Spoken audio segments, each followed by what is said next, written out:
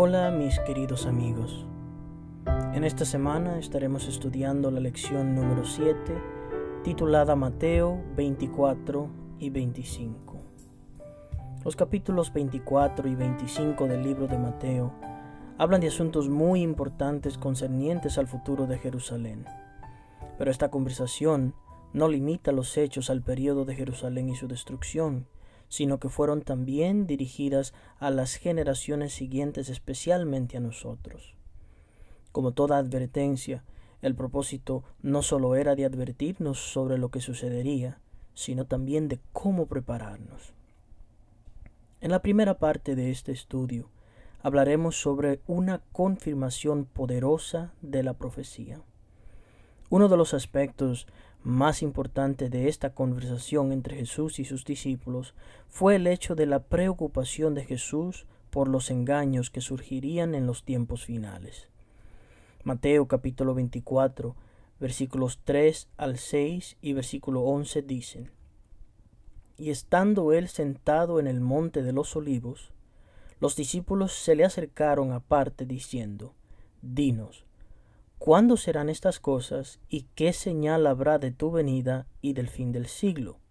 Respondiendo Jesús les dijo: Mirad que nadie os engañe, porque vendrán muchos en mi nombre diciendo: Yo soy el Cristo, y a muchos engañarán. Y oiréis de guerras y rumores de guerras. Mirad que no os turbéis, porque es necesario que todo esto acontezca, pero aún no es el fin. Y muchos falsos profetas se levantarán y engañarán a muchos. Podemos notar que de manera enfática Jesús nos advierte de la aparición de falsos profetas y falsos cristos, personas que con sutilezas engañarán a muchos y otros que dirían que eran el Cristo. El hecho de que hemos visto estos acontecimientos cumplirse solo deben fortalecer nuestra fe, ya que son una confirmación de la veracidad de las palabras de Jesús. Entre estos acontecimientos también está la predicción de la destrucción del templo de Jerusalén, que tomó lugar entre los años 66 y 70 después de Cristo. Estos eventos nuevamente confirman la fiabilidad y veracidad de lo que dijo Jesús a sus discípulos. De modo que no debemos sorprendernos cuando estas cosas estén pasando, porque Jesús ya lo había dicho en su palabra. Mateo 24, versículo 25 dice: Ya os lo he dicho antes. En la segunda parte de este estudio hablaremos de resistir hasta el fin. Hay una gran similitud entre lo que está registrado en el capítulo 24 de Mateo y el capítulo 13 de Apocalipsis. Mateo 24, verso 9 dice: Entonces os entregarán a tribulación y os matarán, y seréis aborrecidos de todas las gentes por causa de mi nombre. Apocalipsis capítulo 13, versículos 11 al 15 también dicen: Después vi otra bestia que subía de la tierra y tenía 2 cuernos semejantes a los de un cordero, pero hablaba como dragón, y ejerce toda la autoridad de la primera bestia en presencia de ella, y hace que la tierra y los moradores de ella adoren a la primera bestia, cuya herida mortal fue sanada. También hace grandes señales, de tal manera que aún hace descender fuego del cielo a la tierra delante de los hombres, y engaña a los moradores de la tierra con las señales que se le ha permitido hacer en presencia de la bestia, mandando a los moradores de la tierra que le hagan imagen a la bestia que tiene la herida de espada y vivió. Y se le permitió infundir aliento a la imagen de la bestia para que la imagen hablase e hiciese matar a todo el que no la adorase. Como podemos darnos cuenta, ambos libros hablan de engaños de una manera global, pero también hablan del sufrimiento y de la persecución que sufrirán los creyentes. El libro de Mateo nos advierte que debemos estar preparados para lo que se aproxima. Debemos resistir hasta el fin, porque solo entonces, solo después de vencer la crisis, recibiremos la corona de la salvación. Mateo capítulo 24, versículo 13 dice: Mas el que persevere hasta el fin, éste será salvo.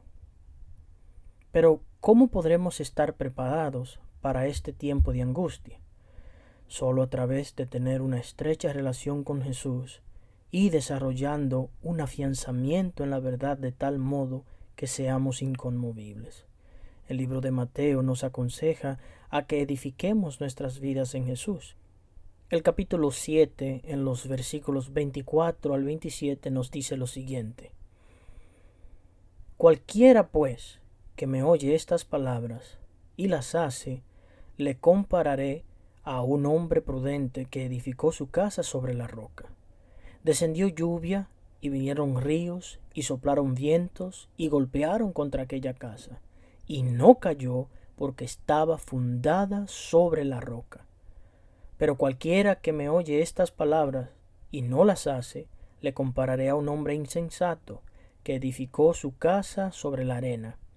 Y descendió lluvia, y vinieron ríos, y soplaron vientos, y dieron con ímpetu contra aquella casa, y cayó, y fue grande su ruina. La sierva de Dios también dijo lo que está registrado en el Conflicto de los Siglos, página 580. Solo los que hayan fortalecido su mente con las verdades de la Biblia podrán resistir en el último gran conflicto. En la tercera parte de este estudio hablaremos de la abominación desoladora.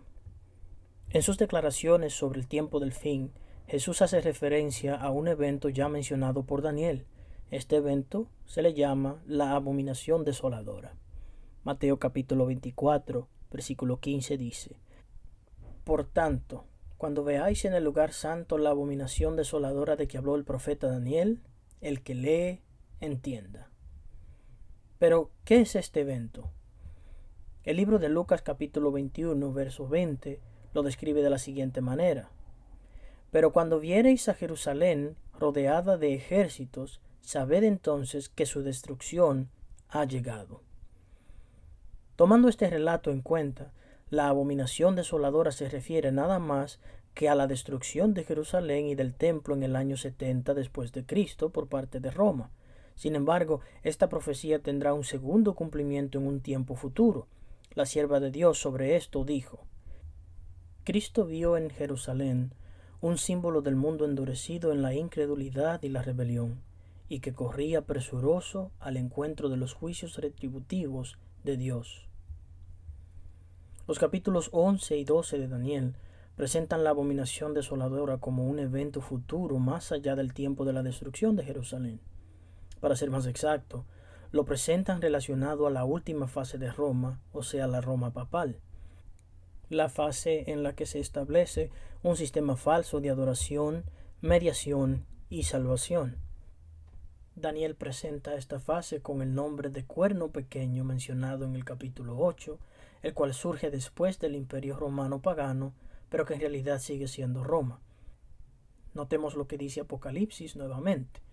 Después vi otra bestia que subía de la tierra y tenía 2 cuernos semejantes a los de un cordero, pero hablaba como dragón, y ejerce toda la autoridad de la primera bestia en presencia de ella, y hace que la tierra y los moradores de ella adoren a la primera bestia, cuya herida mortal fue sanada, y engaña a los moradores de la tierra con las señales que se le ha permitido hacer en presencia de la bestia, mandando a los moradores de la tierra que le hagan imagen a la bestia que tiene la herida de espada, y vivió. Y se le permitió infundir aliento a la imagen de la bestia, para que la imagen hablase e hiciese matar a todo el que no la adorase. Aunque este poder hace señales, tira la verdad por el suelo, incluso mata a los fieles creyentes, no debemos preocuparnos, porque el juicio de Daniel capítulo 7 versos 9 y 10, la purificación del santuario y las señales de Mateo 24-29 apuntan a la intervención de Dios a favor de su pueblo, a nuestro favor. En la cuarta parte de este estudio hablaremos de la parábola de las 10 vírgenes. Como es de esperarse, la Biblia no solo presenta advertencias y problemas, sino que también da la solución a estos. En el capítulo 24 de Mateo, Jesús habla sobre las señales del tiempo del fin y de su regreso a este mundo. Pero en el capítulo 25 nos habla por medio de parábolas lo que debemos hacer para estar preparados y entrar en el reino de Dios. El capítulo 25 abre con la parábola de las 10 vírgenes. El término vírgenes aquí parece representar a personas que profesan ser cristianos y los categoriza en dos grupos. Uno, el grupo prudente, y el otro, el grupo de las insensatas. Leamos los siguientes textos. Mateo capítulo 25, versículos 1 al 4. Entonces el reino de los cielos será semejante a 10 vírgenes que tomando sus lámparas salieron a recibir al esposo. 5 de ellas eran prudentes y 5 insensatas. Las insensatas, tomando sus lámparas, no tomaron consigo aceite, mas las prudentes tomaron aceite en sus vasijas, juntamente con sus lámparas. Lo que esta parábola nos enseña, en esencia, es que en el tiempo del fin habrán dos grupos, un grupo que estará preparado para el regreso de Jesús y otro que no estará preparado. Esta parábola da muchos detalles de cómo sucederán las cosas. Por ejemplo, nos dice que el instrumento de preparación de las vírgenes es una lámpara. En la Biblia sabemos que la lámpara representa la palabra de Dios, pero las lámparas necesitan aceite para encender y el aceite representa al Espíritu Santo. De modo que un grupo de las vírgenes tenía al Espíritu Santo en sus vidas y guardaban la palabra. Este grupo tenía una relación íntima con Jesús, mientras que el otro grupo tenía provisión, pero no lo suficiente. Aparentemente el Espíritu obraba en ellos, pero su relación con Dios es algo superficial. En otras palabras, las vírgenes insensatas representan a personas que han creído la palabra, pero no han entregado sus vidas completamente a su Salvador. La parábola también nos dice que habrá un retraso o demora en la venida de Jesús. Es decir, todos estarán esperando el regreso de Jesús, pero habrá dudas por causa de esta demora. Sin embargo, el que esté preparado, aún dude, nunca renunciará a la promesa del regreso de nuestro Salvador. También nos dice que en aquel día habrá un clamor que todos escucharán. Como sabemos, las señales de la venida de Jesús serán claras y visibles. Lamentablemente, los que no estén preparados tratarán con esmero conseguir lo que no habían conseguido a través de su experiencia en la iglesia. Es decir, no habían podido ser llenos del Espíritu Santo. Solo que para aquel entonces será demasiado tarde cuando ellos intenten.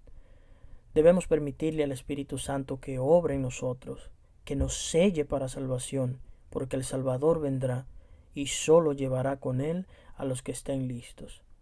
Por eso nos aconseja a que velemos, porque no sabemos el día ni la hora de su venida. Llegamos a la última parte de este estudio, en donde hablaremos de qué modo usar nuestros talentos. En el capítulo 25 de Mateo, Jesús también relató otra parábola, que es la de los talentos. Esta, aunque diferente a la anterior, tiene el mismo propósito. Esta habla de personas que hicieron lo correcto con las provisiones o talentos que Dios les había dado y de alguien que no puso en práctica o que no usó sus talentos correctamente. Es importante notar que los talentos también son símbolos de los dones de Dios. Estos le pertenecen a Dios, pero son confiados a nosotros, por lo que solo somos mayordomos de estos dones. En otras palabras, somos responsables de administrarlos correctamente. Es de suma importancia reconocer que los dones que recibimos deben ser usados para alcanzar a otros. La misma parábola habla de multiplicar o de obtener ganancias por medio de ellos. Los pasajes dicen: a uno dio 5 talentos, y a otro 2, y a otro 1, a cada uno conforme a su capacidad, y luego se fue lejos. Y el que había recibido 5 talentos fue y negoció con ellos y ganó otros 5 talentos. Asimismo, el que había recibido 2 talentos ganó también otros 2. Los que utilizaron correctamente los dones fueron premiados por su labor y llevados al cielo. Mateo capítulo 25, versos 20 al 23 dicen: y llegando el que había recibido 5 talentos, trajo otros 5 talentos, diciendo: Señor, 5 talentos me entregaste. Aquí tienes, he ganado otros 5 talentos sobre ellos. Y su señor le dijo: bien, buen siervo y fiel, sobre poco has sido fiel, sobre mucho te pondré. Entra en el gozo de tu señor. Llegando también el que había recibido 2 talentos, dijo: Señor, 2 talentos me entregaste. Aquí tienes, he ganado otros 2 talentos sobre ellos. Su señor le dijo: Bien, buen siervo y fiel. Sobre poco has sido fiel, sobre mucho te pondré. Entra en el gozo de tu señor. Pero, ¿qué sucederá con quienes no hacen la voluntad de Dios con los dones que han recibido? El mismo capítulo dice en los versículos 24 al 26. Pero llegando también el que había recibido un talento, dijo: Señor, te conocía que eres hombre duro, que ciegas donde no sembraste y recoges donde no esparciste. Por lo cual tuve miedo, y fui y escondí tu talento en la tierra. Aquí tienes lo que es tuyo. Respondiendo su señor le dijo: Siervo malo y negligente, sabías que ciego donde no sembré y que recojo donde no esparcí. Oh, mi querido amigo y querida amiga, no podemos ser negligentes con las cosas que Dios nos ha dado para que administremos. Debemos usar los dones conforme a su voluntad. Debemos ganar almas para el reino de los cielos. No podemos darnos el lujo de ocultar nuestros dones y esperar que todo esté bien en aquel día. A todos se nos pedirá cuentas y debemos estar claros en todo. Usa tus talentos conforme a su voluntad para que tu galardón sea grande en el cielo. Y recuerda, ya sea que comas o bebas o hagas cualquier otra cosa, hazlo para la gloria de Dios. Dios te bendiga hoy y siempre.